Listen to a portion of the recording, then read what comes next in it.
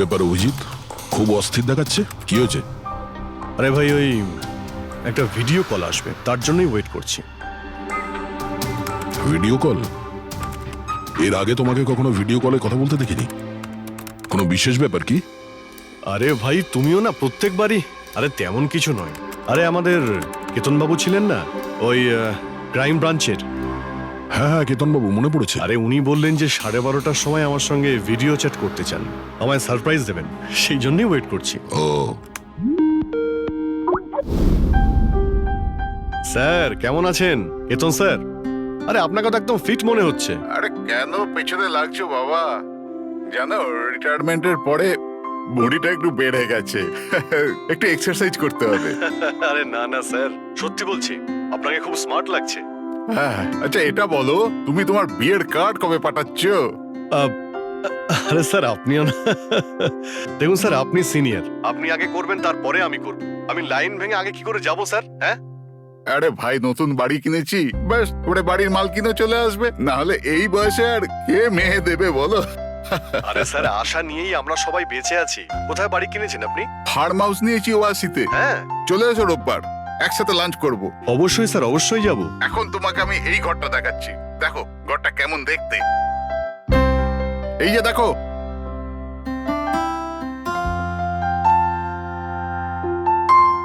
এবার আমি তোমাকে দেখাবো আমার স্টাডি রুম।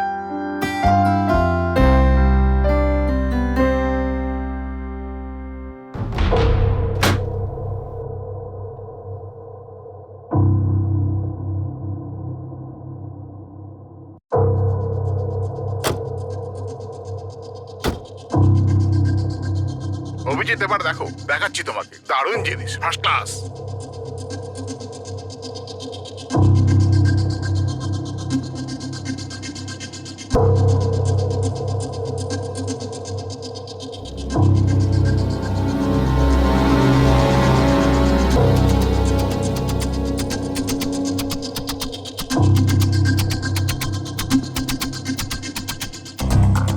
দেখলে অভিজিৎ, এটা হলো আমার স্টাডি রুম। স্যার খুব ভালো হয়েছে, খুব ভালো।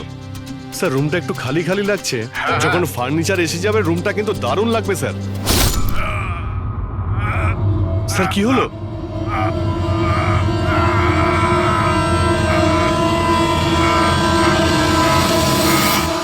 ও নো স্যার! কি আরে হয়েছে? ভাই, স্যারকে কেউ ছুরি মেরে দিয়েছে। ছুরি মেরে দিয়েছে? কোথায়? কে মেরেছে ছুরি? বুঝতে পারছি না। কিন্তু তুমি তো ভিডিও চ্যাট করছিলে ওর সাথে, না? হ্যাক করছিলাম, কিন্তু হঠাৎ করে এই ছুরি কোথা থেকে এলো আর কিভাবে ওনার লাগলো কিছুই বুঝতে পারলাম না। কি?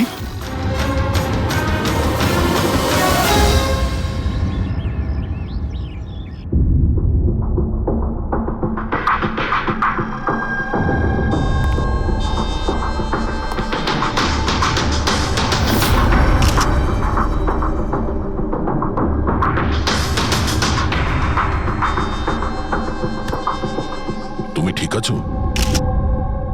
হ্যাঁ ভাই, বুঝতে পারছি না এসব কি করে হয়ে গেল। স্যার স্যার কেতন স্যার তো 100 জনেরও বেশি আসামিকে জেলে পৌঁছেছেন। হতে পারে ওদের মধ্যেই কোনো একজন আসামি এই সব করেছে। হ্যাঁ, কিন্তু কিভাবে, কখন? কেতন স্যার আমার সঙ্গে কথা বলছিলেন, এইখানে বসেছিলেন, ওনার পিছনে কেউ ছিল না। তাহলে হঠাৎই ছুরিটা কে মারলো আর কিভাবে মারলো?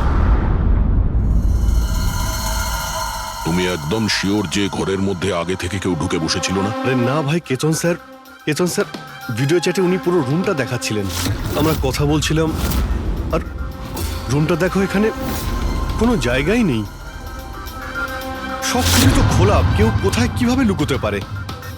তুমি বলেছো যে তোমার সামনেই কেতনবাবু দরজা খুলে ভেতরে এসেছেন। হ্যাঁ, উনি এই দরজাটা খুললেন, ভিতরে ঢুকলেন, আর উনি দরজাটা বন্ধও করেছিলেন। তাহলে তো পরিষ্কার ব্যাপার, খুনি এই ঘরের মধ্যে আগে থেকেই ছিল, পরে আসেনি।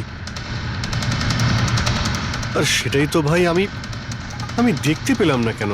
আরে আমার কথা ছাড়ো, ইনি কেন দেখতে পেলেন না? স্যার, এই রুমটাতে আসার আর কোনো রাস্তা নেই, এই দরজাটা ছাড়া। জানলা টানলা কিছুই নেই। পুরবি, এই রুমটা আবার ভালো করে চেক করো। কোনো না কোনো গুপ্তগত হতেই হবে এই রুমের। স্যার স্যার আমি 3বার চেক করেছি, প্রত্যেকটা জায়গা, প্রত্যেকটা কোণা, সবকিছুই। সত্যি এই রুমে আসার আর কোনো রাস্তা নেই। কোনো না কোনো গুপ্ত রাস্তা তো হবেই এই রুমের। কিছু গন্ডগোল আছে এখানে, না হলে এটা সম্ভব নয় যে অভিজিৎ ওই খুনিকে দেখতে পায়নি। এই কেতনবাবু এখানে একাই থাকতেন না? হ্যাঁ, একাই থাকতেন। এখানে কেয়ারটেকার থাকতো। তাহলে এটা জানতে হবে যে কে কে ওনার সঙ্গে দেখা করতে আসতো, আর কে কে জানতো কেতনবাবুর এই নতুন বাড়ির ব্যাপারে। ইয়া, পঙ্কজ স্যার। এই কেয়ারটেকারকে ডেকেছো তুমি? হ্যাঁ স্যার, কথা হয়েছে, আসছে। ফ্রেডি, প্রত্যেকটা ফিঙ্গারপ্রিন্ট নেবে, একটা যেন বাদ না যায়। হ্যাঁ স্যার, প্রতিটা কোণের ফিঙ্গারপ্রিন্টস তুলে আনবো স্যার। স্যার, আমি তো দুদিনের ছুটিতে গেছিলাম। আমি কি করে জানবো যে এরকম এত বড় একটা ঘটনা ঘটে যাবে? তুমি ছাড়া এখানে আর কে কে আসতো? কেতন স্যার আর কার্পেন্টার, কতজন কার্পেন্টার ছিল? 3টে। আর কতদিন ধরে কাজ করছিল? প্রায় 1 মাস ধরে। 1 মাস ধরে? তার মানে ঘরের কোনা কোনা ওরা জানতো। এই কার্পেন্টার কেতনবাবু কোথা থেকে এনেছিলেন? ওনার পরিচিত ছিল নাকি কেউ পাঠিয়েছিল? না স্যার, ওরা কেতন স্যারের জানাশোনা লোক ছিল, কারণ ওরা কেতন স্যারের আগের বাড়িতেও কার্পেন্টারের কাজ করেছে। তুমি শিওর যে আর কেউ আসেনি? না স্যার। হ্যাঁ, মনে পড়েছে স্যার, 2জন অচেনা লোক এসেছিল। একজন কোনো এক ইন্টারনেট কোম্পানি থেকে এসেছিল, আর দ্বিতীয়জন ওয়াটার পাইপলাইন চেক করতে এসেছিল। ওরা পুরো বাড়ি ঘুরে দেখেছিল। স্যার এর জন্য আমাকে বকেছিলেন, কেন বকেছিলেন? কেননা আমি ওদের ভেতরে আসতে দিয়েছিলাম। স্যারের ওই 2জনের প্রথম থেকে আসার কোনো খবর ছিল না। আর স্যার ইন্টারনেট কানেকশনের জন্য কাউকে কিছুই বলেনি। আর এটা কবেকার ঘটনা? এটাই 2-3 সপ্তাহ আগের কথা। ও, মনে হচ্ছে এই দুজনেই কোনো গন্ডগোল করেছে।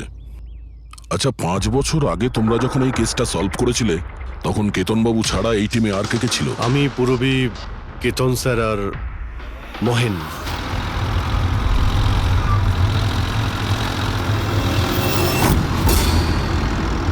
ওই মহিলার প্রাণের ঝুঁকি আছে, আর ওইখানে আশেপাশেই আছে। হ্যাঁ স্যার, তাড়াতাড়ি পৌঁছে যাব। আর 15 মিনিট লাগবে ওই ওয়ার হাউস, আমরা এসেই গেছি।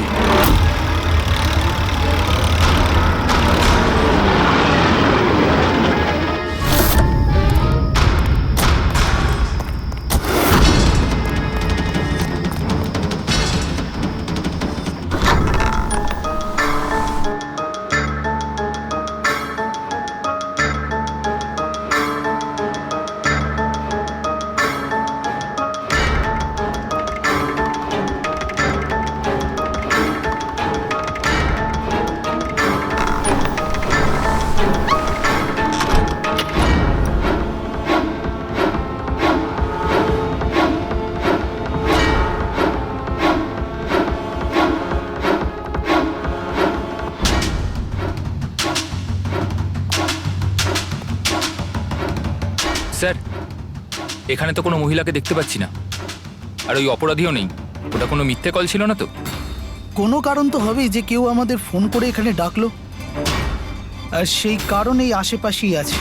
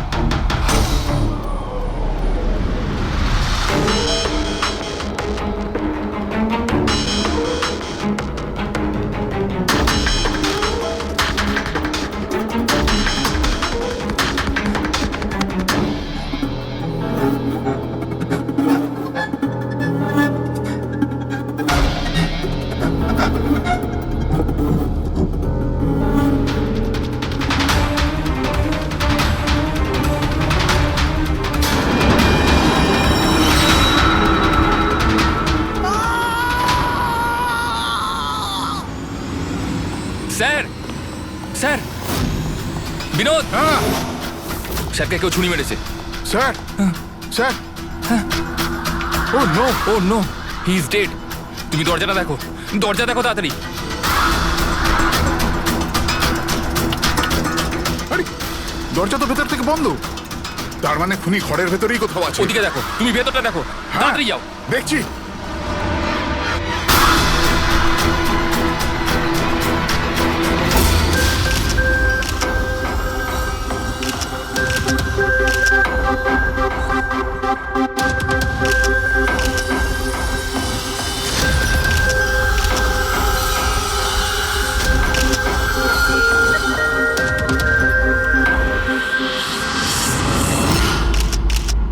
তাহলে এখানে কেউ ছিল না? হ্যাঁ, স্যার সত্যি বলছি, এখানে মেহেন স্যার আর আমাদের ছাড়া আর কেউ ছিল না। বুঝতেই পারছি না যে খুনটা করলো কি। আচ্ছা আপনারা এখানে এসেছিলেন কেন? স্যার একজন মহিলা ফোন করেছিলেন যে ওনার প্রাণ বিপদে আছে, ওনাকে বাঁচাতেই আমরা এখানে এসেছিলাম। কিন্তু এখানে তো কোনো মহিলা ছিলই না, আর ফোনটাও একটা প্রাইভেট নম্বর থেকে করা হয়েছিল। আচ্ছা,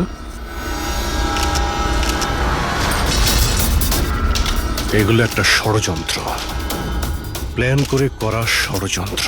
স্যার এই যে এখানকার ওয়াচম্যান স্যার।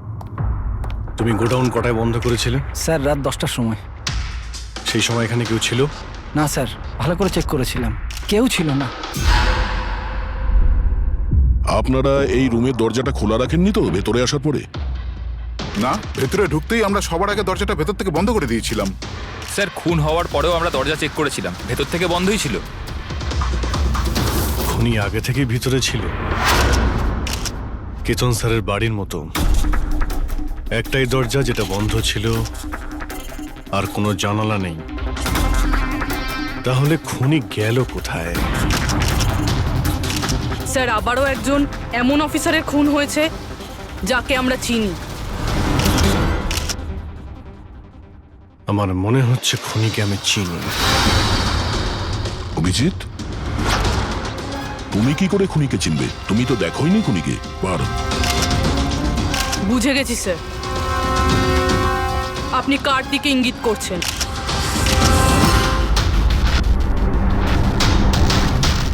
তুমি জানো এসব কি? হ্যাঁ, এটা এশিয়ার নামকরা ক্লাসিক আর্টওয়ার্ক, কিন্তু এসবের এই কেসের সঙ্গে কি সম্পর্ক? যেটাকে তুমি এশিয়ার বিখ্যাত আর্ট ওয়ার্ক ভাবছো, সেটা আর্ট ওয়ার্ক ঠিকই, কিন্তু অরিজিনাল নয়। এটা ডুপ্লিকেট, নকল। এগুলো নকল, কিন্তু দেখতে তো একদম। দেখতে একদম আসল, অথচ এটা নকল। কিন্তু এই আর্টওয়ার্কের এই দুটো মার্ডারের সঙ্গে কি সম্পর্ক? এটা 5 বছর আগের কথা দয়া। তোমার এটা মনে আছে, তুমি আর এসিপি স্যার ডেপুটেশনের জন্য দিল্লি গিয়েছিলে? সেই সময় কিছুদিনের জন্য আমি আর পুরবী একটা কেসে ক্রাইম ব্রাঞ্চের হয়ে কাজ করেছিলাম। হ্যাঁ হ্যাঁ হ্যাঁ, কিছু কিছু মনে পড়ছে। এটা সেই কেস না যাতে কেউ নকল আর্টওয়ার্ক বানিয়ে সেটাকে বেশি দামে বেচার চেষ্টা করছিল? কারেক্ট, এই আর্টওয়ার্ক সেই বানিয়েছে, মিখেল। ওর নাম মিখেল।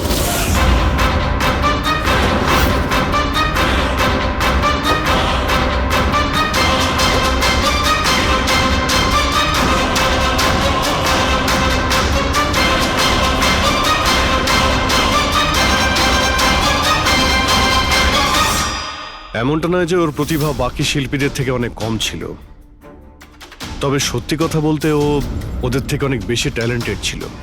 আর সেই জন্যই হয়তো ও একদিন ভেবেছিল যে অরিজিনাল পেন্টিং তো সবাই বানাতে পারে, কিন্তু অরিজিনালের মতো সেম কপি বানানো সবার পক্ষে সম্ভব নয়।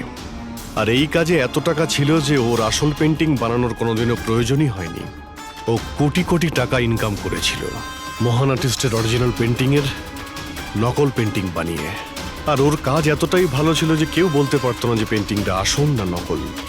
অনেকবার তো 30-40 বছরের আগের ক্যানভাসের পেন্টিং করেছে ও, অথচ সেটা কারো পক্ষে ধরাই সম্ভব ছিল না।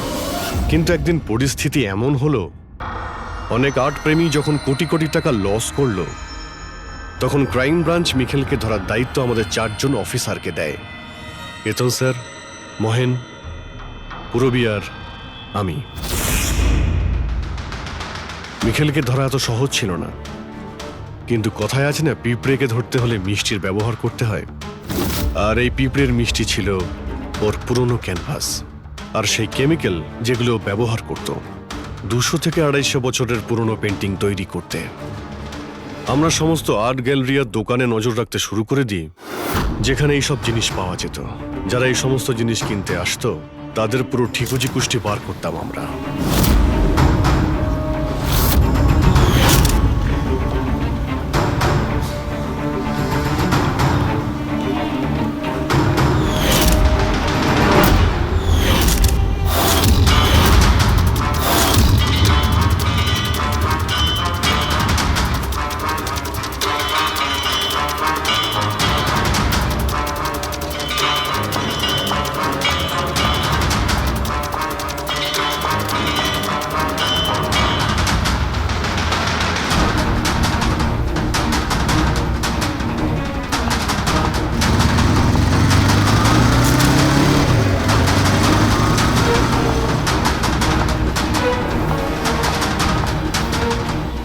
এই যতগুলো ছবি পাঠাচ্ছি প্রত্যেকের ডিটেলস আমার লাগবে।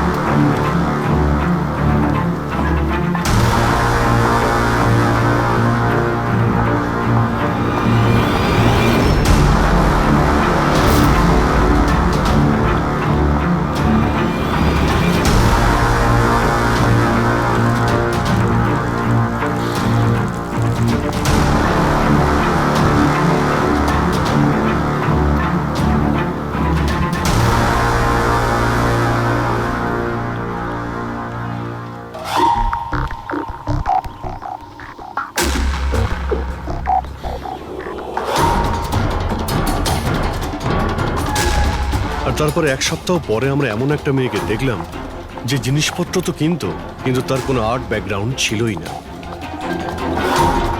নিশ্চয়ই কোনো গন্ডগোল আছে স্যার। এই মেয়েটা ব্যাংকে কাজ করে, এর এই জিনিসগুলো কেন প্রয়োজন পড়ে, তাও আবার প্রত্যেক দ্বিতীয় দিন? হ্যাঁ স্যার, এই মেয়েটার প্রবলেম তো আছে মনে হচ্ছে।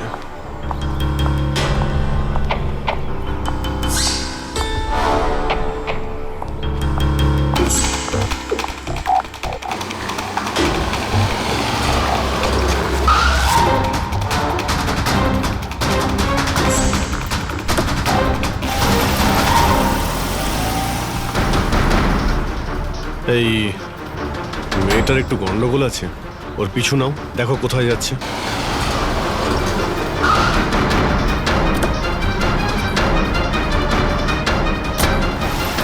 স্যার আমি ওকে 3 দিন ধরে ফলো করেছি, কিন্তু কিছু জানতে পারিনি। কারণ ও এই সমস্ত জিনিস নিয়ে ওর বাড়ি চলে যেত, কিন্তু 4র্থ দিন ও অন্য কোথাও গেল।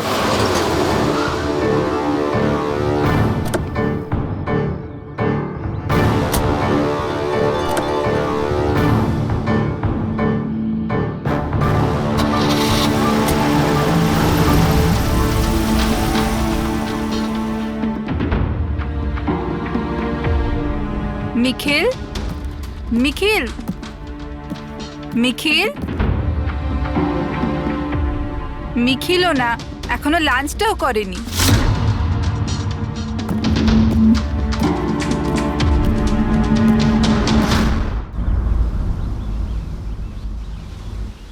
এখনো লাঞ্চও করনি? এত কি কাজে ব্যস্ত থাকো যে খাওয়ার টাইম থাকে না? তোমায় দেখলেই তো আমার পেট ভরে যায়। জানো, বেবিকে মাখন লাগানোর না, এটা অনেক পুরনো আইডিয়া। মাখন নয়, সত্যি বলছি, তোমার মতো ভালোবাসতে পারে এমন জীবনসাথী কোথায় পাবো আমি, যে আমার জন্য নিজেকেও বিপদে ফেলতে পারে। আমি তো তোমার জন্য নিজের জীবনটাও দিতে। খবরদার, এরকম কথা যদি আরেকবার তুমি বলেছ, যদি তোমার কিছু হয়ে যায় না, আমি এই দুনিয়াটাকে আগুন লাগিয়ে দেবো। এত ভালোবাসো আমায়? নিজের থেকেও বেশি। যদি আমি কিছু চাই, তুমি আমায় দেবে? আমি জানি তুমি আমার থেকে কি চাইবে, যে আমি কেন সবকিছু ছেড়ে দিচ্ছি না। জানোই যখন, তাহলে তুমি কেন ছেড়ে দাও না?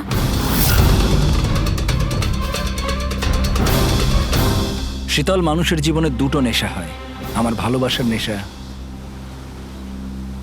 তুমি পূরণ করো, আর আমার দ্বিতীয় নেশা শিল্পীর, যেটা আমার কাজটাকে পূর্ণ করে। এই দুটোর মধ্যে একটাও যদি আমার থেকে দূরে যায় না, তাহলে আমি অসম্পূর্ণ থেকে যাব। আর আমি চাই যে ইতিহাস আমায় সব থেকে ভালো স্বামী আর সব থেকে ভালো আর্ট চোর হিসেবে মনে ব্যাস রাখে। মিখেল, অনেক ইতিহাস লিখেছ, বাকি জীবনটা জেলেই কাটিও।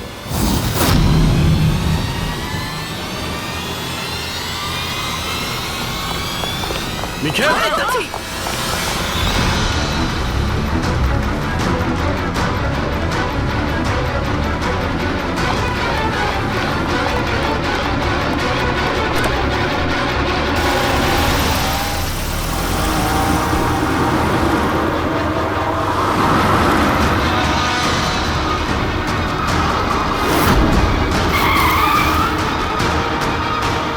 প্লিজ আমার কথা শোনো, জেদ করো না। নিজেকে আইনের হাতে তুলে দাও প্লিজ। না, আমি করব না।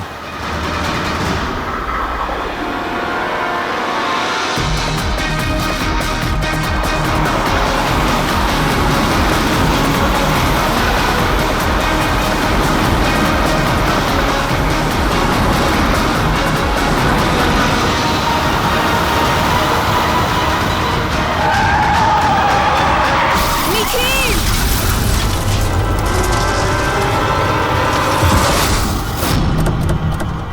শীতল, মিখেল দাঁড়া, বলছি, দাঁড়া, শীতল! দাঁড়া।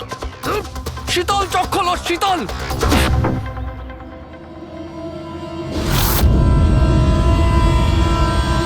She is dead, sir. তোমাদের জন্য আমার শীতল আমাকে ছেড়ে চলে গেল। ছাড়বো না আমি তোমাদের। তোমার স্ত্রীর মৃত্যুর জন্য আমরা দুঃখিত, কিন্তু তার জন্য দায়ী আমরা নই, তুমি। না তুমি অপরাধের রাস্তায় হাঁটতে, আর না তোমার পাপের শাস্তি তোমার স্ত্রীকে ভোগ করতে হতো। কাজের শাস্তি কে পাবে এটা ভবিষ্যৎ বলবে। ওর 5 বছরের শাস্তি তো এতদিন শেষ হয়ে গেছে, কিন্তু ওর স্ত্রীর মৃত্যুর প্রতিশোধের আগুন হয়তো ওর মনের ভিতরে এখনো জ্বলছে।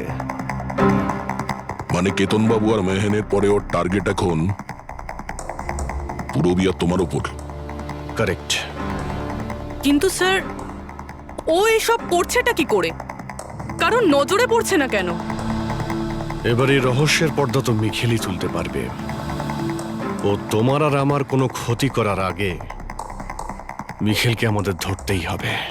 স্যার, স্যার কেতন বাবুর বাড়ি থেকে যে ফিঙ্গারপ্রিন্টস গুলো পেয়েছিলাম, হ্যাঁ, ওটা কারোর সঙ্গে ম্যাচ হয়েছে? স্যার ওই ওয়াটার পাইপলাইনে যে কাজ করে সে নির্দোষ হলেও যে লোকটা ইন্টারনেটের কাজ করে সে খুব গোলমেলে।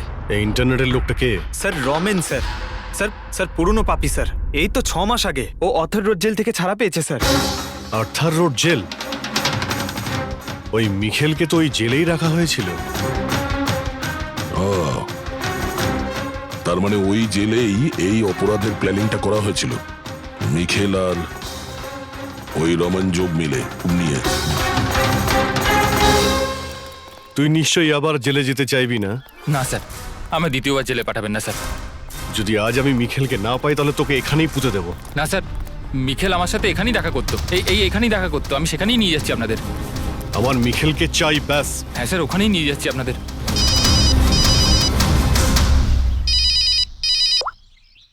হ্যাঁ শান্তি। কি?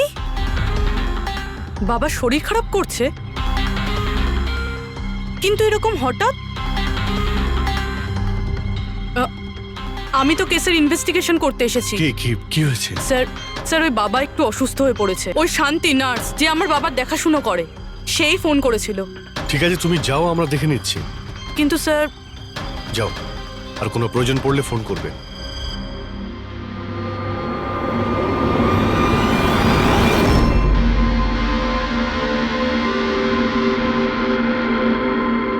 কি হলো স্যার?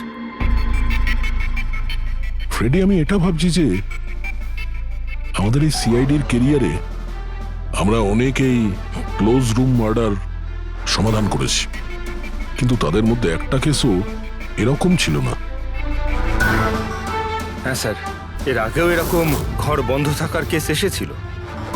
কোথাও না কোথাও তো গোপন রাস্তা খুঁজে পাওয়াই যেত খুনির আসার এবং যাওয়ার জন্য। হ্যাঁ, হয়তো রুমের মধ্যে কোনো গুপ্ত পথ থাকে, না হলে রুমের মধ্যে কোনো রাস্তা বানানো হয় খুন করার জন্য। কিন্তু এখানে না তো কোনো গুপ্ত রাস্তা আছে, না রুমের মধ্যে কোনো গন্ডগোল করা হয়েছে, না। আর এই খুনি এমন যাকে দেখাই যাচ্ছে না। স্যার, আমার তো ভেবেই কিরকম মাথাটা ঘোরা শুরু হয়ে গেছে। খুনিকে দেখা যাচ্ছে না কেন? অনেক বছর আগে আমি একটা সিনেমা দেখেছিলাম যেখানে হিরো একটা গ্যাজেট লাগিয়ে অদৃশ্য হয়ে যেত, কিন্তু ওটা তো সিনেমা ছিল না স্যার। হ্যাঁ, ওটা তো সিনেমা ছিল, কিন্তু এটা তো বাস্তব জীবন। স্যার, কি ভাবছেন আপনি? এটাই ভাবছি, এর মধ্যে কোন জিনিসটা আমি বুঝতে পারছি না।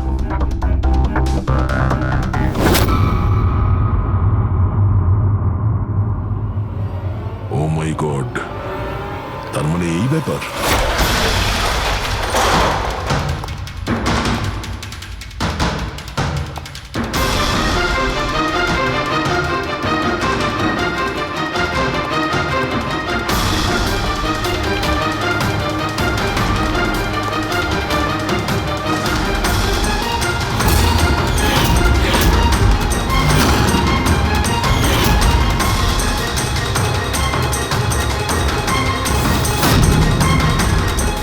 অনেকদিন ধরেই আমাদের চারজনকে ফলো করছিল, আর তুই ওকে হেল্প করছিলি এই সমস্ত কাজে। হ্যাঁ হ্যাঁ স্যার।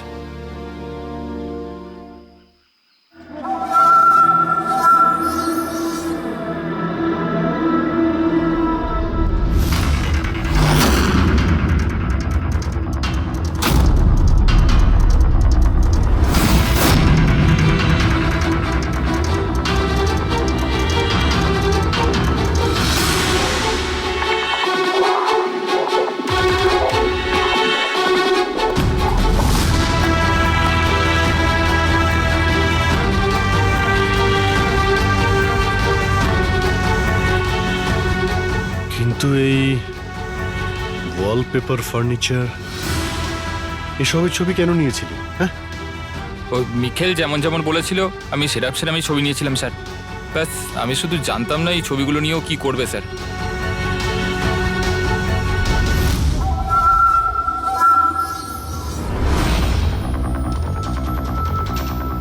তাহলে কি এই ছবির মধ্যেই লুকিয়ে রয়েছে খুনের রহস্য?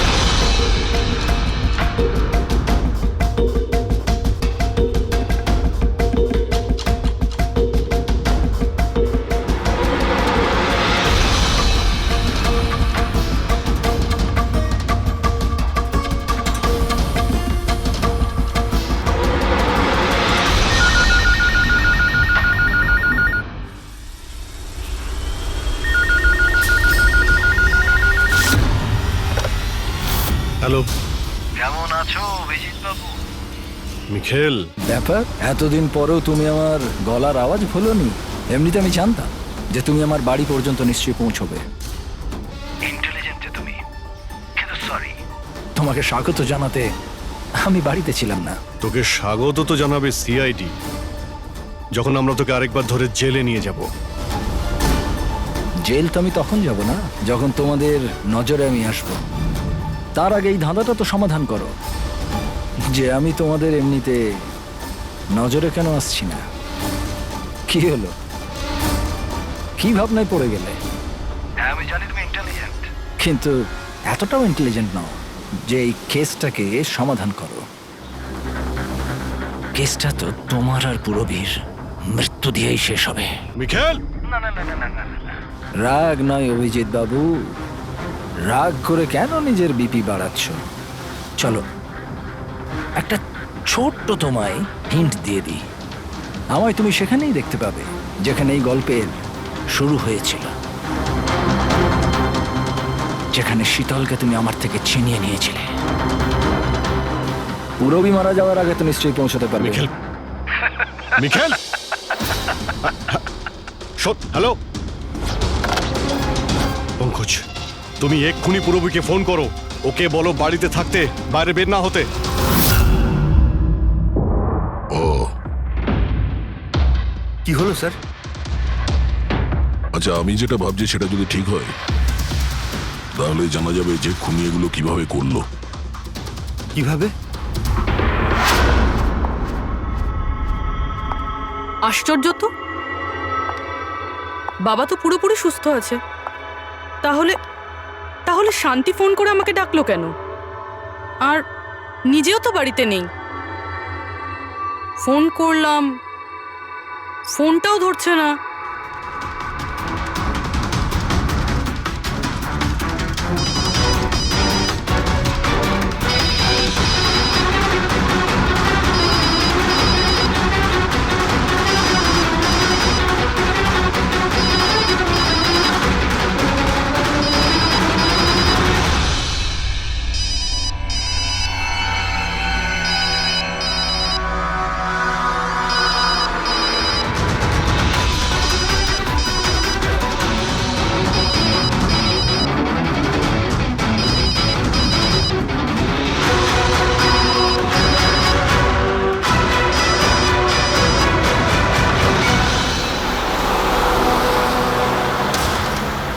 স্যার এই পুরবি তো ফোনই তুলছে না। কি ফোন তুলছে না? কোনো প্রবলেম নেই তো? স্যার মিখেল ওর কাছে পৌঁছে যায়নি তো? হতে পারে ওই যে ফোনটা এসেছিল ওর বাড়ি থেকে ওর বাবার শরীর খারাপের ব্যাপারে, হতে পারে ফোনটা মিখেলই করেছিল। স্যার পুরবির কিছু হবে না তো? আশা করছি আমরা সময় মতো পৌঁছে যাব। যদি পুরবীর কিছু হয় তাহলে না,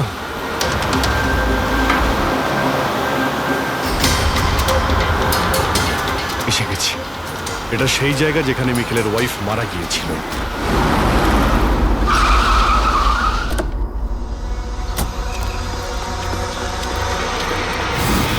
পুরবী!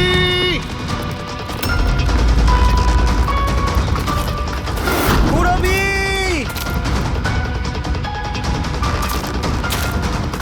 পুরবী! পুরবি! ওই দিকটা দেখো। পুরবি! পুরবি!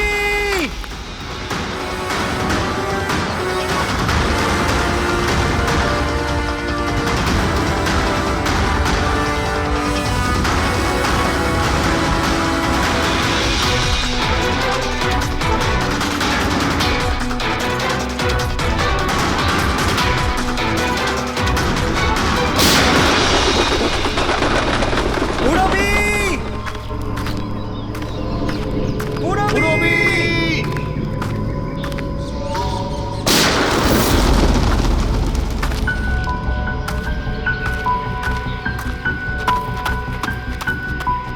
স্যার হ্যাঁ পঙ্কজ, জানি না স্যার কে গুলি চালালো। পুরবীকে পেলে? পুরবি ওখানে স্যার।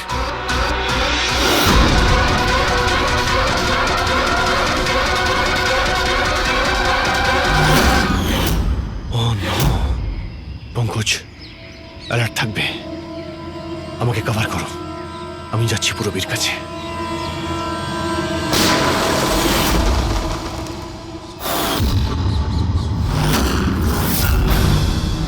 ভয় পেও না অভিজিৎ, এখনো ও মরেনি। কিন্তু যদি ওর কাছে যাওয়ার চেষ্টা করো তাহলে আমার আঙুল ট্রিগারের ওপর আছে, আর গুলিটা তো তোমার থেকে তাড়াতাড়ি পৌঁছবে। মিখেল, গুলি চালিও না। দেখো, তুমি প্রতিশোধ নিতে চাও তো? দেখো আমি এসে গেছি, তুমি পুরবীকে যেতে দাও। খবরদার, কোনো চালাকি নয় অভিজিৎ, কারণ তুমি আমাকে দেখতে পাবে না, কিন্তু আমি তোমায় ভালো করে দেখতে পাবো।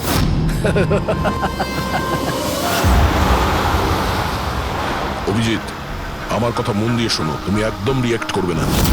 তুমি এই মিখেলকে দেখতে পাবে না। তুমি আর কেতনবাবু, ওকে কেতনবাবু স্টাডি রুমে দেখতে পাওনি। মাহান ওকে আর্ট ওয়্যার হাউসে দেখতে পাইনি। পূরবী নিজে ওকে ওর ঘরে দেখতে পাইনি। কেন? কারণ ওকে দেখা সম্ভব নয়। ও যেখানে যেখানে অন্যায় করে সেখানকার কোণে কোণে ও লুকিয়ে পড়ে। ওই রুমে, ওই ডেকোরেশনে ও এমন ভাবে লুকিয়ে পড়ে কেউ বলতেই পারবে না যে ও আর্ট পিস না, একজন মানুষ। কেতনবাবুর রুমে ও ও ওয়ালপেপার হয়ে গেছিল, ওয়ালপেপার।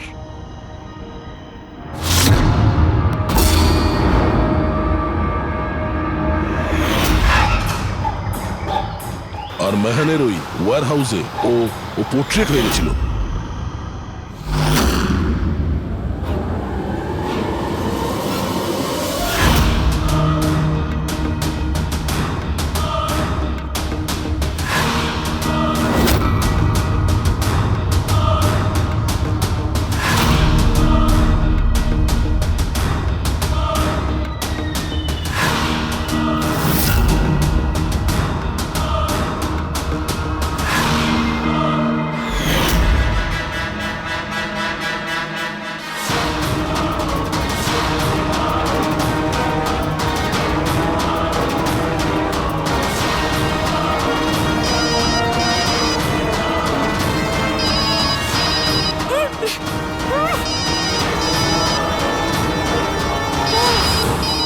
এটা আমি তখনই বুঝতে পারলাম যখন ওয়্যার হাউসের ক্রাইম সিনের ফটোগুলো আমি দেখলাম। তখনই আমার নজর ওই পোর্ট্রেটের আঙুলের উপর গেছিল।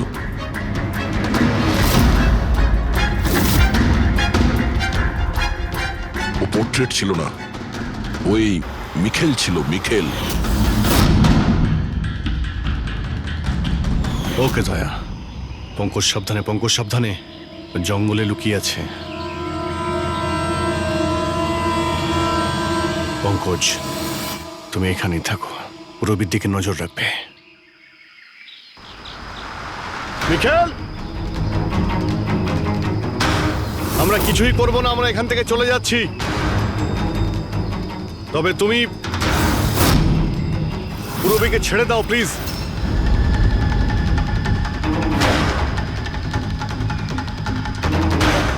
দেখো, এসব করে আর কোনো লাভ নেই। আমি এখানে এসে গেছি, তুমি তুমি বলো কোথায় যেতে হবে, আমি চলে যাচ্ছি। বাস, আগে এগোবে না অভিজিৎ, আমার সাথে গেম খেলা বন্ধ করো। ঠিক আছে, ঠিক আছে, গুলি চালিয়ে কোনো লাভ নেই, আমরা এখান থেকে চলে যাচ্ছি। কিন্তু তুমি তুমি কি চাও মিখেল? যা কিছু হয়েছিল সেটা তো হয়ে গেছে, কিন্তু এসব করে তুমি কি পাবে? হ্যাঁ,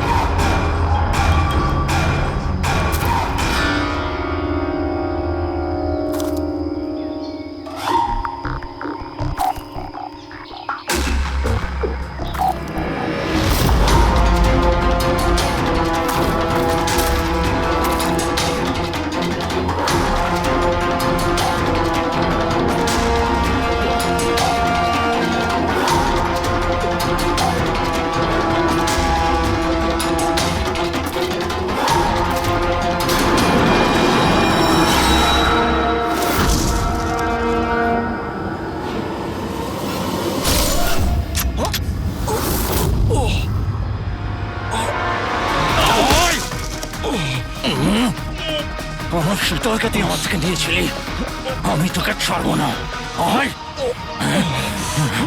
আমার শীতলকে দূরে করেছিলি।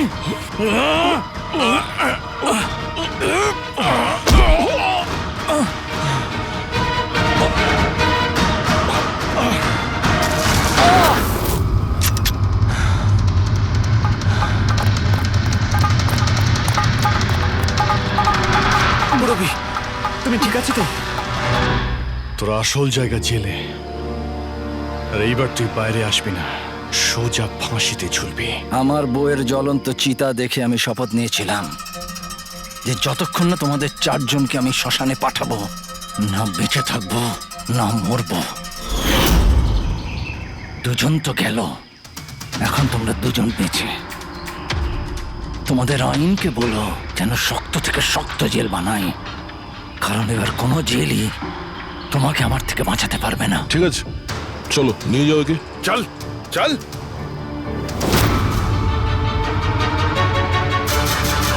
আসবো, ফেরত আসবো।